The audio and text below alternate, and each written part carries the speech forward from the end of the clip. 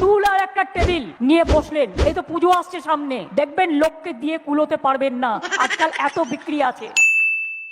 1000 টাকা জোগাড় করে একটা কেটলি কিনুন আর কয়েকটা মাটির ভাঁড় নিন, সাথে কিছু বিস্কুট নিন। প্রথম দিন আপনি বিস্কুট নিলে সামনে দেখবেন। হারামজাদা, পড়াশোনা বাদ দিয়ে তুই টিভি দেখিস?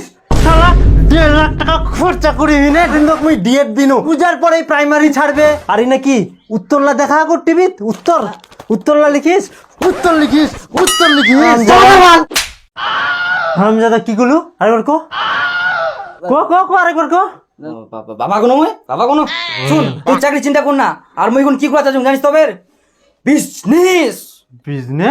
হ্যাঁ বিজনেস মানে বুঝিস তো? বিজনেস মানে নিজে মালিক। না দেখ, তুই চাকরি করিস, ওই দেখ চাকরি ওই দেবে না, তুই দিব। আর ওই কি করছে দেখদিন চাকরি দেবে, তাই কি করছে বিজনেস কর, নিজে বিজনেস নিজে মালিক হুম। 1000 টাকা দে তুই মোক। 1000 টাকায় বিজনেস কি খেতা সেলাই করা কোম্পানি খুলাবো? ওই সেই আগের যুগে ফ্রি যাক, আগের যুগে কেদা সেলাই করা, ঠিক ওলা বিজনেস করে নাকি? 1000 টাকা দে তো। তোর মুই উলা কাদা শুনবা চাওনি, আর তোর মুই 1 টাকা খরচা করবা না তোর পিছনে। বাবা বিজনেস কাক কয় মোটে না, দেখ 1 মাসের মধ্যে কি চেঞ্জ করুম। এই টাকাটাও না তুমি না 4 গুণ ঢুকাই দেবো, 4 গুণ। চিন্তা কর না তুই, এই চাকরি চাকরি তাই না। ওরা দেখ কি করছে, যাই চাকরি দেবে তাকে করে।